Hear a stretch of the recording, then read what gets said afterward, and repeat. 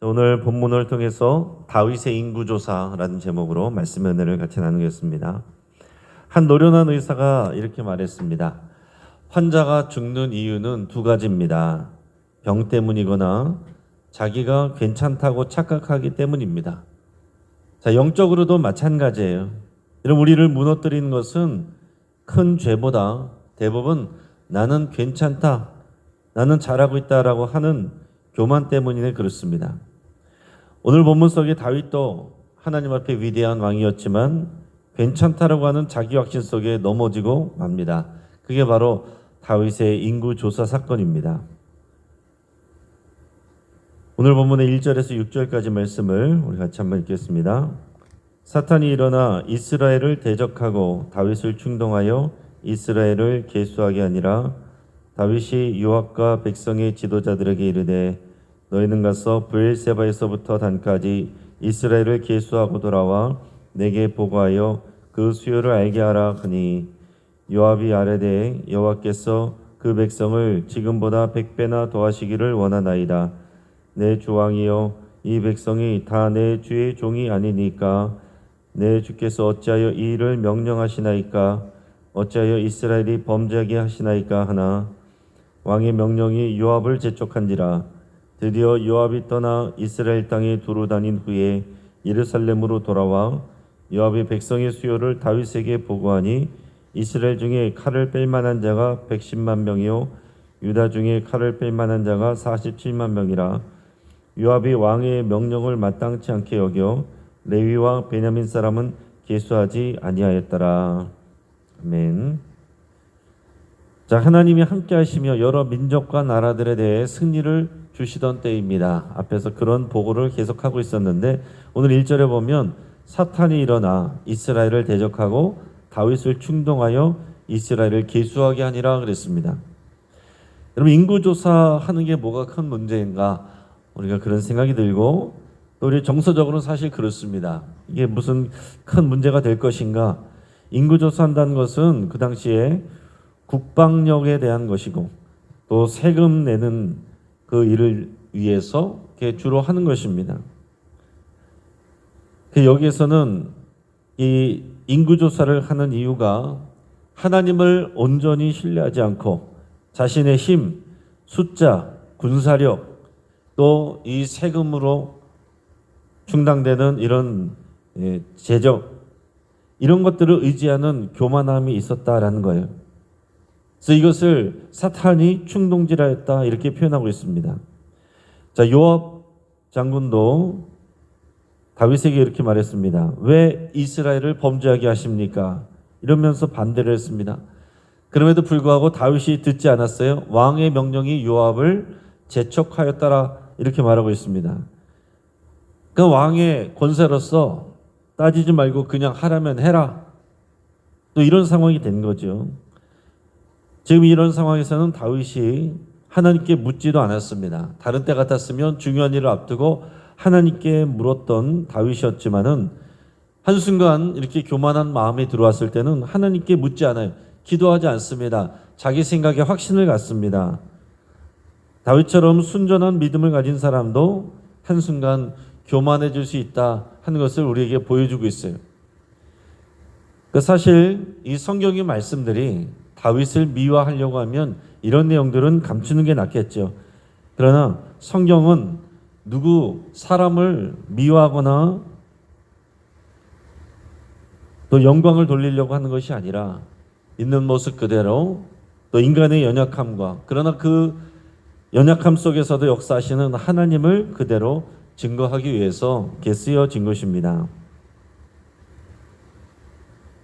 세계적인 조종사 척 예거라는 사람이 있는데요. 이 사람도 어느 날 관제탑과 교신 없이 자신감을 가지고 새로운 비행 루트를 실험하다가 추락사고를 겪은 일이 있습니다. 그는 나중에 이렇게 회고를 했어요. 내가 조종대를 잡고 있다는 착각이 나를 가장 큰 위험으로 몰았다. 사실 자기의 힘으로 비행하는 것이 아니라 하나님의 손이 붙들어 주셨고 자신은 하나님이 은혜 안에서 살아왔다는 것을 이렇게 고백한 것입니다. 자, 그런데 자기가 주인공이 되고 자기가 왕이 되고 자기가 재판관이 되려고 할 때 우리는 교만해지고 넘어지게 되는 겁니다. 그것은 한순간에 일어나는 일이에요. 다윗이 그랬고 언제든지 우리도 그럴 수 있는 것입니다. 그래서 우리가 잘 나갈 때일수록 더 하나님 앞에 엎드러져야 되고 기도해야 되고 낮아져야 됩니다.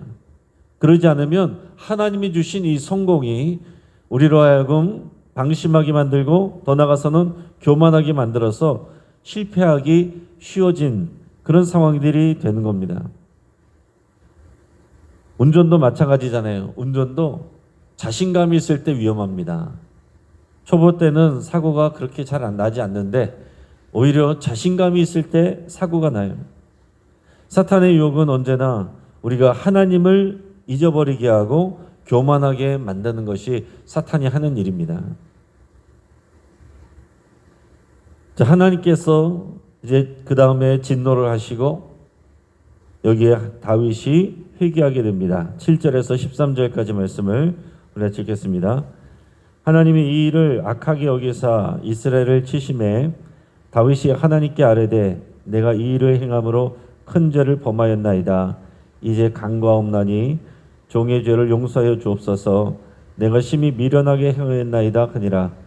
여호와께서 다윗의 선견자 갓에게 말씀하여 이르시되 가서 다윗에게 말하여 이르기를 여호와의 말씀이 내가 내게 세 가지를 내어 놓으리니 그 중에서 하나를 네가 택하라. 내가 그것을 네게 행하리라 하셨다라 하신지라. 가시 다윗에게 나아가 그에게 말하되 여호와의 말씀이 너는 마음대로 택하라. 혹 3년 기근이든지 혹 내가 석 달을 적군에게 피하여 적군의 칼에 쫓길 일이든지 혹 여호와의 칼 곧 전염병이 사흘 동안 이 땅에 유행하며 여호와의 천사가 이스라엘 온 지경을 멸할 일이든지라고 하셨나니 내가 무슨 말로 나를 보내신 이에게 대답할지를 결정하소서 하니 다윗이 갓에게 이르되 내가 곤경에 빠졌도다. 여호와께서는 긍휼이 심히 크시니 내가 그의 손에 빠지고 사람의 손에 빠지지 아니하기를 원하나이다 하는지라. 아멘. 자, 하나님께서는 이 다윗이 인구조사한 이 일을 악하게 여기셨습니다. 그러니까 이런 본문을 통해서 이것이 그냥 단순한 의례적인 행정적인 또 이런 조사가 아니라 분명한 그 교만한 마음으로 욕심으로 또 하나님을 의지하지 않는 마음으로 했다는 것을 우리가 알 수가 있습니다. 그래서 백성 전체가 징계를 받게 됐어요. 다윗이 곧장 무릎을 꿇었습니다. 리더의 교만한 마음 때문에 백성 전체가 징계를 받게 되었기 때문에 그렇습니다. 8절에서 다윗은 하나님 앞에 회개했습니다. 내가 이 일을 행함으로 큰 죄를 범하였나이다. 내 죄를 사하여 주옵소서. 그런데 하나님께서 선지자 갓이라고 하는 선지자를 보냈습니다. 그러면서 세 선택권이 있는데 그 중에서 하나를 고르라 하는 건데 하나는 3년 동안 기근이 있든지 아니면 3달 동안 전쟁이 일어나서 패하게 되고 쫓겨다니게 되든지 아니면 3일 동안 전국에 전염병이 돌든지 이 셋 중에 아무거나 고르라는 거예요. 여러분이라면 어떤 것을 고르겠습니까? 자, 하나님 앞에 지금 회개하고 또 용서를 구하는데 하나님께서 그 일에 대한 이 징계를 하시는 거예요. 그러니까 여러분 우리가 하나님 앞에 용서를 받았을 때에 우리 죄에 대한 징계가 그냥 사라지는 것은 아니다라는 것을 여러분 기억하실 수 있길 바랍니다. 죄에 대한 열매를 먹게 되는 것입니다. 다윗이 나중에 밧세바와 간음을 했을 때도 그 사이에서 난 그 아이도 결국에는 죽지 않습니까? 하나님께서 다윗을 용서하시고 다윗을 사용하시지만은 자신이 지은 죄에 대한 그 열매를 받는 거예요. 다윗은 하나님의 긍휼의 결과를 맡기겠다 이렇게 했습니다. 하나님이 긍휼이 크신 분이니 나는 하나님의 손에 빠지는 게 낫겠습니다. 사람의 손에 빠지지 않기를 원합니다. 그러면서 내가 사람들에게 쫓겨다니는 것은 원하지 않고 하나님이 알아서 해주십시오. 이렇게 얘기를 한 거예요. 자, 이 고백 속에는 하나님에 대한 이제 그 믿음과 신뢰가 있습니다. 하나님은 심판하는 분이시지만은 그래도 하나님은 긍휼을 잊지 않으신다는 그런 믿음이 있는 겁니다. 자, 그래서 하나님께서 하신 일은 3일 동안 전염병을 내리시는 일이었습니다. 우리가 일반적으로 생각할 때 3년 동안 기근을 겪느냐, 3달 동안 전쟁에 겪느냐, 3일 동안 전염병을 겪느냐, 언뜻 생각할 때는 3일 전염병이 제일 간단한 것 같았는데, 그러나 그 일을 통해서 백성들 7만 명이 전염병으로 죽게 됩니다. 이것을 보는 이 왕의 마음, 다윗의 마음이 어떠했겠는가, 얼마나 괴로웠을까, 이런 생각들을 하게 되는 거죠. 그런 상황 가운데, 그런 징계 속에서 하나님이 긍휼을 베푸시고 또 다윗은 중보자로 서게 됩니다. 14절에서 17절까지 말씀을 우리 같이 읽겠습니다. 이에 여호와께서 이스라엘 백성에게 전염병을 내리심에 이스라엘 백성 중에서 죽은 자가 7만 명이었더라. 하나님이 예루살렘을 멸하러 천사를 보내셨더니 천사가 멸하라 할 때에 여호와께서 보시고 이 재앙 내림을 뉘우치사 멸하는 천사에게 이르시되 족하다, 이제는 내 손을 거두라 하시니 그때 여호와의 천사가 여부스 사람 오르난의 타작마당 곁에 선지라. 다윗이 눈을 들어보매 여호와의 천사가 천지 사이에 섰고 칼을 빼어 손에 들고 예루살렘 하늘을 향하여 편지라. 다윗이 장로들과 더불어 굵은 배를 입고 얼굴을 땅에 대고 엎드려 하나님께 아뢰되 명령하여 백성을 계수하게 한 자가 내가 아니니까 범죄하고 악을 행한 자는 곧 나이니이다. 이 양떼는 무엇을 행하였나이까? 청하건대 나약 하나님 여호와여, 주의 손으로 나와 내 아버지의 집을 치시고 주의 백성에게 재앙을 내리지 마옵소서 하니라. 아멘. 자, 우리는 기억해야 됩니다. 하나님의 긍휼이 임했어도 죄의 결과는 우리가 책임져야 한다는 사실이에요. 오늘 14절 말씀을 보면 하나님께서 이제 예루살렘을 멸하러 사자를 보내셨다, 천사를 보내셨다, 그렇게 되어 있습니다. 그래서 이 천사가 멸하러 할 때에 여호와께서 이것을 보시고 또 재앙 내린 것을 뉘우치신다, 이렇게 했습니다. 그래서 멸하는 이 천사에게 이제 족하다, 이제는 그 손을 거두라, 이렇게 말씀하셨어요. 그 이제 3일 동안에 전염병이 돌고 7만 명이 죽은 그런 상황이 됐겠죠. 그리고 나서 이 여호와의 사자, 이 천사가 여부스 사람 오르난의 타작마당 곁에 섰다라고 그랬습니다. 자, 이 타작마당, 이 넓은 들판 가운데 이렇게 섰는데 그 타작마당의 주인 이름이 오르난이고요. 이 사람은 이제 여부스 사람이다라고 그랬어요. 자, 그리고 이 비극이 전국에 퍼지게 됐습니다. 자, 그런데 죽음의 천사가 예루살렘을 향해서 멸망시키려 할 때에 하나님께서 그렇게 말씀하신 거죠. 이 재앙 내림을 뉘우치시고 멸하려는 사자에게 이제는 족하다, 이제는 내 손을 거두라, 이렇게 말씀을 하신 겁니다. 자, 하나님은 긍휼이 크셔서 초반에는 하나님의 백성에게 엄격하게 행하시지만 시간이 가면 갈수록 하나님은 징계보다 긍휼을 더 오래 기억하시는 하나님이십니다. 그리고 이때 다윗이 중보자로서 이렇게 기도를 해요. 17절에서 보면 하나님께 아뢰되 명령해서 백성을 계수하게 한 사람은 제가 한 것 아닙니까? 범죄하고 악을 행한 사람은 저입니다. 이 양떼, 그러니까 이스라엘 백성들이죠. 이 백성들이 무엇을 행하였습니까? 청하건대 나의 하나님 여호와여, 주의 손으로 나와 내 집을 치시고 주의 백성에게 재앙을 내리지 마옵소서, 이렇게 기도를 했습니다. 여러분, 다윗이 비록 잠시 교만하였지만은 하나님 앞에 자신의 백성을 위해서 기도한 겁니다.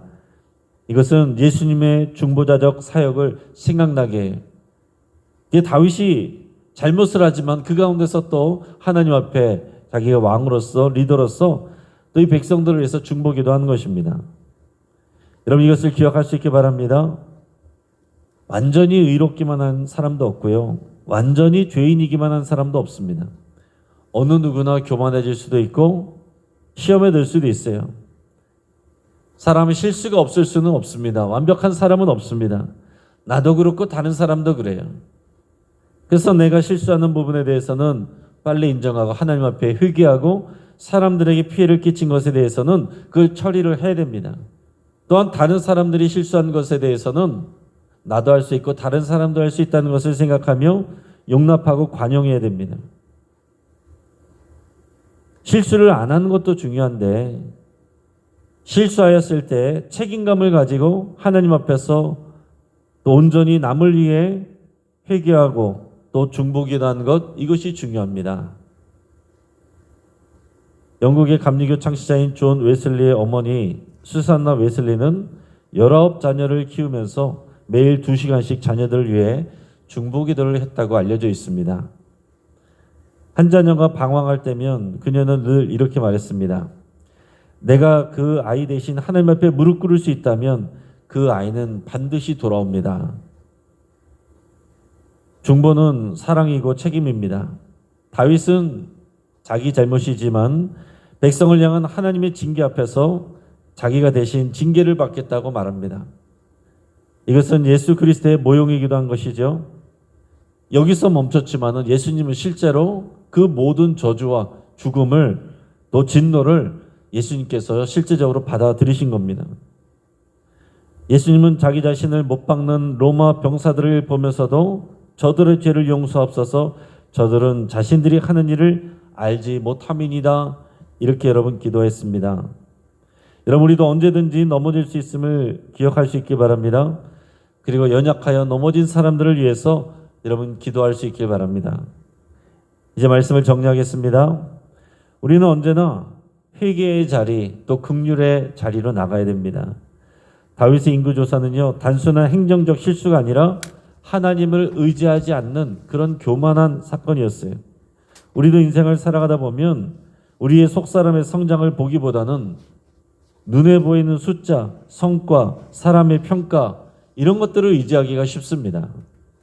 그러나 하나님은 겉이 아니라 우리 마음의 중심을 보시고 또 우리가 신뢰하는 대상이 누군지를 보십니다. 다윗이 승승장구할 수 있었던 것은 군사력이나 정치력 때문이 아니었습니다. 다윗을 사랑하시고 또 언약을 맺고 도와주시는 그 하나님 때문에 어떤 나라도 유다 왕국이 또 이스라엘이 이길 수 있었던 것입니다. 여러분, 승리는 하나님께 있는 것이고 응답도 하나님께 있는 거예요. 내가 문제가 생기면 문제에 집중하고 그 일을 위해서, 해결을 위해서 밖으로 돌아다닐 때, 그래서 기도할 시간이 없다고 말할 때 하나님이 역사하시지 않습니다. 우리는 하나님 앞에 엎드려야 되고 하나님께 또 기도해야 됩니다. 거기에 응답이 있고 거기에 길이 있는 것입니다. 우리가 살아가면서 물론 죄를 짓지 않는 것 중요하지요. 그러나 더 중요한 것은 죄를 지었을 때 얼마나 빨리 이것을 인정하고 하나님께로 돌아가느냐 하는 것입니다. 회개는 패배가 아닙니다. 은혜의 출발입니다. 하나님께서는 우리가 실수하지 않기를 바라시는 것이 아니라 실수하고 넘어질 수 있는데 그때마다 빨리 하나님께로 돌아오고 엎드러져 기도하기를 원하시는 거예요. 자, 오늘날 이 시대에 교회와 가정과 나라를 위해서 중보할 다윗과 같은 이런 사람들이 필요합니다. 자기 잘못이든 아니든 공동체 앞에 서서 기도하고 대신 울 수 있는 사람, 그가 진정한 리더예요.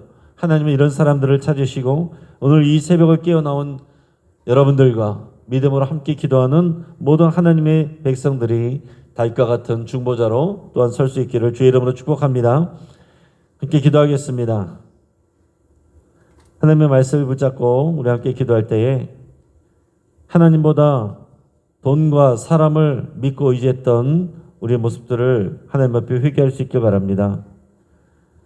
또 지금 나는 주님과 가까워지고 있는지 아니면 멀어지고 있는지 돌아보고 주님과 멀어지고 있거나 등을 돌리고 있다면 믿음과 헌신을 다시 회복해달라고 함께 기도할 수 있길 바랍니다. 또한 가까운 사람들과 생명부지의 사람들까지 나에게 맡겨주신, 붙여주신 사람들을 위해서 기도할 수 있길 바랍니다. 또한 환우들을 위해서 기도하고 여러분들의 치유를 위해서 기도하고 오늘 금요 기도를 위해서 함께 기도하겠습니다. 또한 이스라엘과 이란의 분쟁이 가속화되고 있는데 속히 진정되고 평화가 임하기를 위해서 함께 기도하겠습니다. 이 시간 주여 한번 부르짖고 합심해서 함께 기도하겠습니다. 주여